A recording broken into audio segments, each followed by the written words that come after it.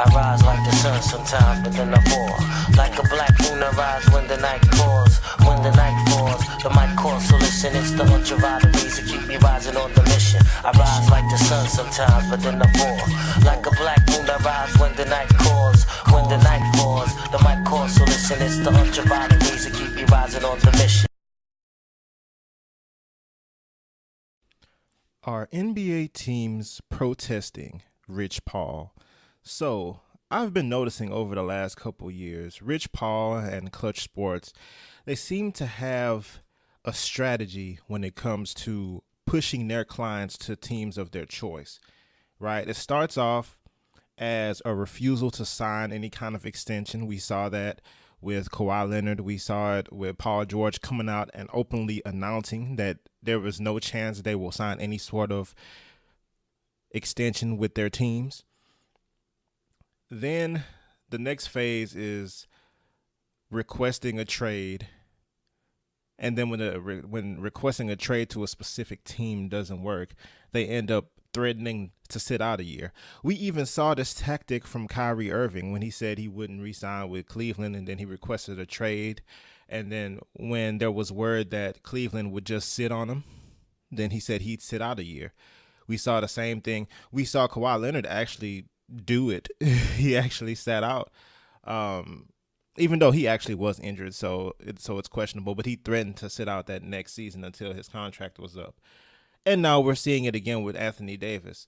Anthony Davis openly said that he was going to turn down a $240 million extension with the Pelicans, the Supermax, the thing that was supposed to keep players at the team with the team that drafted them.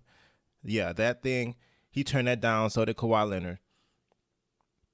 And Paul George wasn't going to get it because he wasn't an All-NBA player. But had he been an All-NBA player, he would have qualified for it.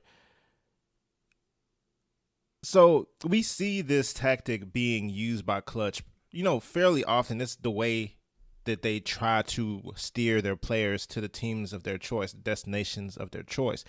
But if we really look at this tactic the last couple of years, well, Paul George, the Lakers possibly could have traded for Paul George. I will put that out there. But ultimately didn't really work. But also, Rich Paul wasn't really Paul George's representative. He wasn't.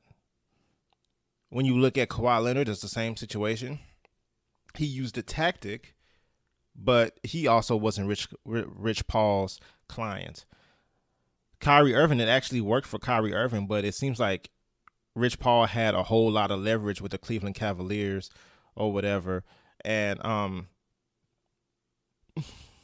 let me redo that part.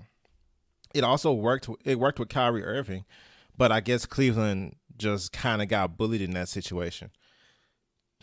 Now we're seeing it fail to work with Anthony Davis, at least so far. They did everything that they can do. Anthony Davis turned down $240 million. He also gave the team a destination. He even made a heartfelt plea to the Pelicans management, saying that he's given all that he can give to the team. He's never complained. He always played his heart out. If you guys don't remember all those 50-point games he had before he got injured last year. He balls out crazy for this team. They failed miserably to put pieces around him that can help him. The only major piece they got, I guess, last year was like DeMarcus Cousins before he got hurt, even though that's not really even a fit that makes a whole lot of sense. And they did get Rondo. They did trade for Drew Holiday. So they have done a little bit, but ultimately, as far as putting together a team that can help him compete, they failed pretty miserably at that. So it really just begs the question, why is this tactic not working? It seems simple enough. If you play for a team and you're a really good player, you tell them that you're not going to re-sign, that they're going to lose you for nothing unless they trade you. Then you ask them to trade you to a specific team. When that doesn't work, what can you do? And it's worked in the past. I do believe this has worked in the past, but I think now GMs are all across the NBA are starting to get tired of Rich Paul and his tactics. Clutch I think they're starting to get tired and they're starting to be a lot more resistive. Like, for instance, with this AD situation, Pelicans supposedly wanted Boston. The Clutch camp has done everything they could do to try to dissuade the Pelicans from trading with Boston. They even had Anthony Davis's dad come out and say that he would never want his son playing for a team that, backstabbed Isaiah Thomas and all this stuff. They went as far as to put out a list of teams. They said the Knicks, who have no more trade assets other than that likely number one pick. They don't have much else to trade. They just traded Porzingis. The Milwaukee Bucks, they really have nothing to trade.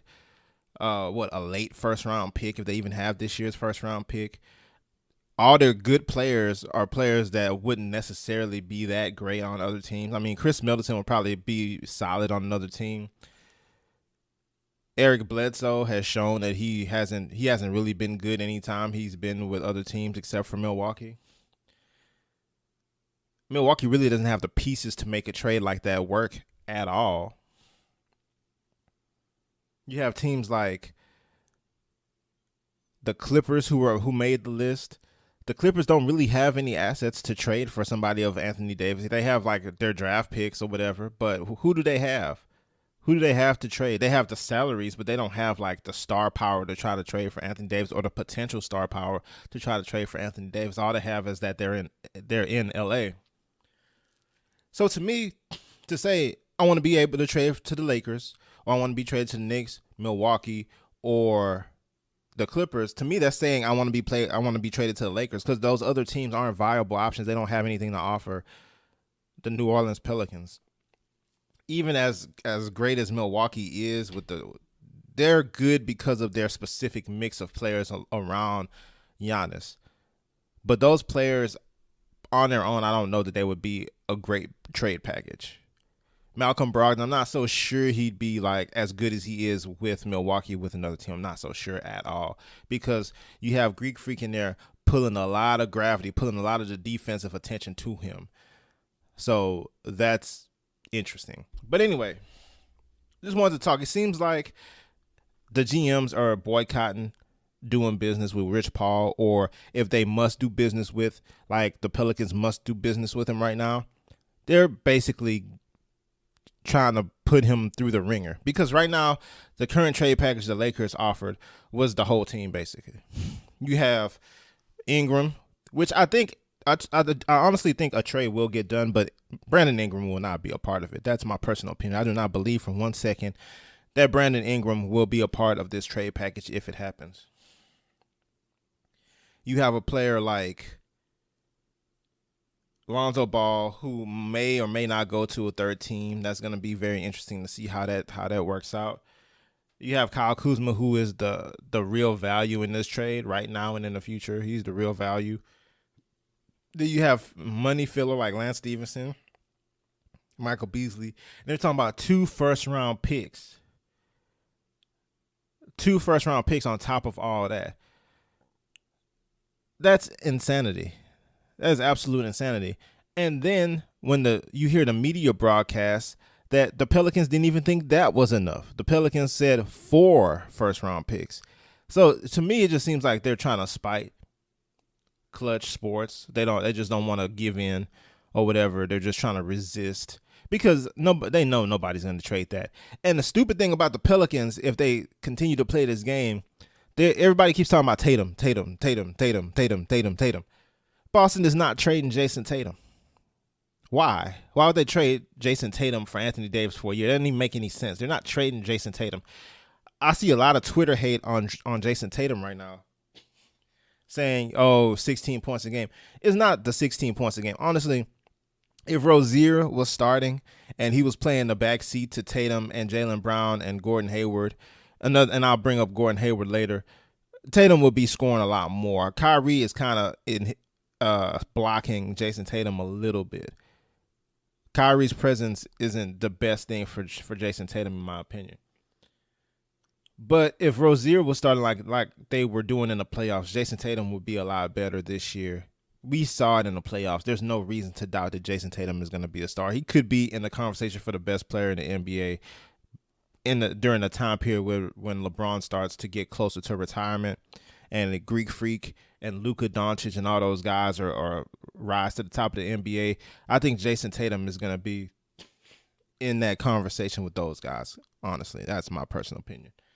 But yeah, Jason Tatum is legit. Boston is not trading Jason Tatum. Boston is all about Boston's young guys. They're all about the guys that they draft.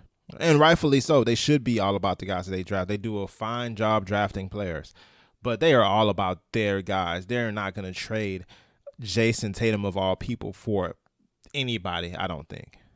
So I think that's a lie. I think Boston will offer a bunch of picks probably and maybe some lesser players or whatever for Anthony Davis. But all this stuff about they want to clear the team and make it about Anthony Davis and Kyrie Irving or whatever, that is just poppycock. That will never happen. Kyrie, or I don't even know that Boston is that big on Kyrie Irving. They love to have him, of course. They would love to have him on the team. He's a very outstanding player. But look at what they traded for him. They traded Isaiah Thomas, who was already, damaged goods at this point. They traded Jay Crowder, who was a nice player to have, but is hardly moves the needle one way or the other. They traded prospects, Zizic, people like that. It really was not that big of a deal. They didn't give up anything really for Kyrie Irving. They just made the trade because the trade was out there. And I also think they just really want to get him off of LeBron James's team. They want to break that duo up because they couldn't get past them. They couldn't even get close to getting past them. So they broke the team up. But yeah, making the Boston Celtics about Kyrie Irving and Anthony Davis, especially with the young core that they have, because Jaylen Brown has gotten a bad name, but Jaylen Brown is a very good player, and he's going to be a very, very good player in this league. Jason Tatum is going to be one of the best players in the league. Terry Rozier, if they love him, they'll keep him. If they don't love him like that, they'll go draft another point guard, and I'm sure he'll be great with them. Al Horford is their guy. Gordon Hayward is their guy that they signed out of free agency for like a max contract. Gordon Hayward is not going anywhere. Another thing about Gordon Hayward, I hear a lot of talk. He's a liability on offense and defense. He broke his leg. Remember, Paul George, when he broke his leg in that USA qualifying game or whatever, when he came back that next season, he came back at the very end of the next season, really couldn't do much. That next season, he still wasn't good yet. It wasn't until a full season after that we started to see Paul George reemerge as that guy. And look at Paul George now. It's going to take Gordon Hayward more time than this. Next season, I'm sure he'll be back to the Gordon Hayward that we, remember from the Utah Jazz. But this season, I knew from the beginning of this season not to expect that Gordon Hayward was going to be really good. Best case scenario, when the playoffs start, then he'll start to get his legs under him and start to, show signs of being his old self again. But definitely right now, they're just trying to get his conditioning and stuff up to par with NBA players again or whatever. They can't possibly expect him to be the Gordon Hayward that he was. It takes a lot longer to come back from a broken leg than just like an off season or whatever, or a season and off season. No. But yeah, man, I really, really think the NBA, I think Dell Demps will lose his job after this fiasco, whether they make the trade or not. Because I'll tell you what, if they don't make this trade with the Lakers was giving up the full team. They basically gave up the full team for him. Nobody else is going to make a trade offer that high. Now, whether the Pelicans like Brandon Ingram, Lonzo, Kyle Kuzma, the Lakers picks and all this stuff, whether they like them or not is pretty much irrelevant to me. It's the most that they're going to be offered. They're not getting Tatum. Tatum will never be on the table for Boston. I can guarantee it. Tatum will be there when his rookie contract is up. He's going to sign the franchise player max, super max contract with Boston. He will be synonymous with the Boston Celtics his whole career. I could guarantee it. They will not trade Jason Tatum for anybody. So the idea that they would trade him for Anthony Davis for a year rental and cross their fingers and hope that he'll resign when they don't even really think that Kyrie Irving is going to resign. If you really, really want to be honest, I really don't even believe they believe Kyrie Irving is coming back. Kyrie Irving is probably going to New York or LA, as he should. There is no reason, no legitimate reason. If he loves Boston, then maybe he stays in Boston. But there is no legitimate reason to think that he's automatically going to resign to Boston. Why? Because he was there for like 1 year.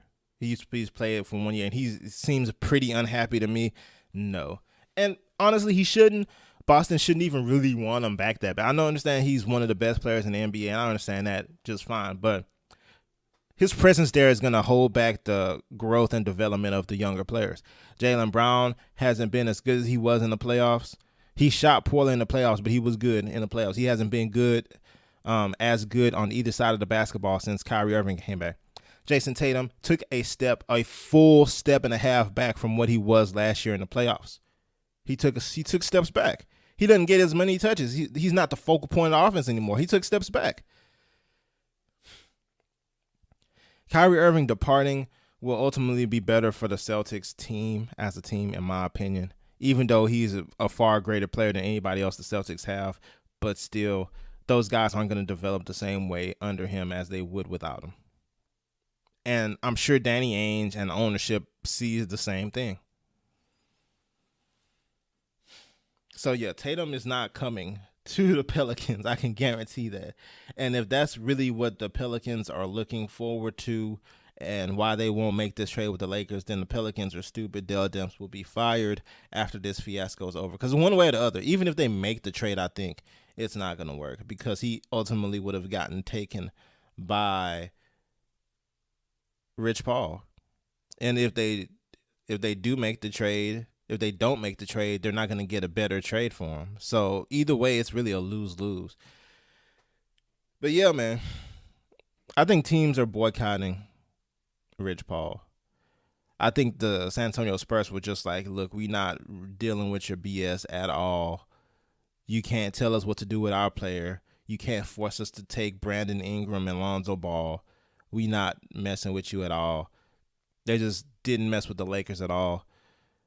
And this one just seems like outright resistance. It just seems like defiance by the Pelicans. We'll see what happens with the Pelicans, though, because I also believe that once this is over, I think the Pelicans are going to take a hit when they finally get rid of Anthony Davis one way or the other.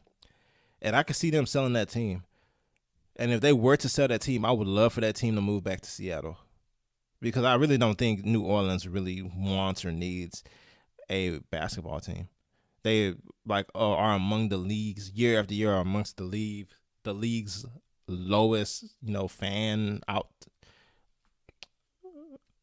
fan attendance. So we'll see.